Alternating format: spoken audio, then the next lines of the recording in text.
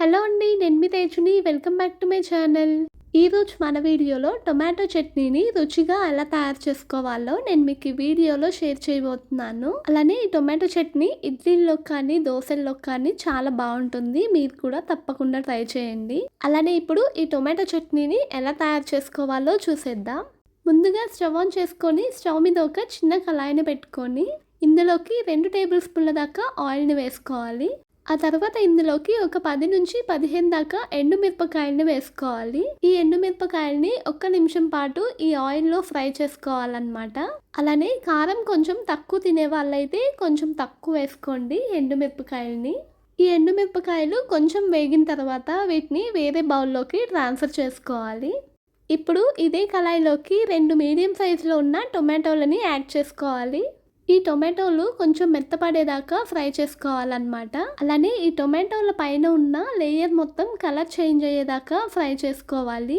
ఈ టొమాటోలు కొంచెం ఫ్రై అయిన తర్వాత ఇందులోకి ఒక చిన్న కప్పు దాకా కరివేపాకుని యాడ్ చేసుకోవాలి.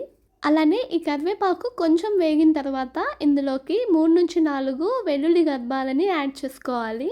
ఆ తర్వాత ఇందులోకి ఒక 2 అంగుళాలు చింతపండును కూడా యాడ్ చేసుకొని ఫ్రై చేసుకోవాలన్నమాట. ఇవి పచ్చివాసన పోయేదాకా ఫ్రై అయిన తర్వాత ఇందులోకి 1/2 టీ స్పూన్ దాకా జీలకర్రను వేసుకోవాలి. ఈ జీలకర్రని లాస్ట్లో ఎందుకు వేస్తున్నానంటే స్టార్టింగ్లో వేస్తే మొత్తం మాడిపోతుంది అనమాట. అందుకని చెప్పి లాస్ట్లో వేస్తున్నాను. ఇప్పుడు వీటిని ఒక 2 నిమిషాలు ఇలా మిక్స్ చేసుకుంటూ ఉన్న తర్వాత స్టవ్ ఆఫ్ చేసుకొని వీటిని కొంచెం సేపు చల్లారనివ్వాలి. అలానే ఇప్పుడు ఒక మిక్సీ జార్ తీసుకొని ఇందులోకి మీ రుచికి తగినంత ఉప్పుని యాడ్ చేసుకోండి. అలానే ఇందాక మనం ఫ్రై చేసి పెట్టుకున్న ఎండుమిరపకాయలని టొమాటోలని అన్నిటినీ ఈ మిక్సీ జార్లోకి యాడ్ చేసుకొని బ్లెండ్ చేసుకోవాలి. అలానే మెత్తగా బ్లెండ్ చేసుకోవద్దు, కొంచెం కచ్చాపచ్చగానే బ్లెండ్ చేసుకోవాలి. అప్పుడే బాగుంటుంది అన్నమాట. ఆ తర్వాత మనం ఒక సర్వింగ్ బౌల్లోకి తీసుకొని సర్వ్ చేసుకుంటే ఎంతో రుచిగా ఉండే టొమాటో చట్నీ రెడీ అయిపోయినట్టే.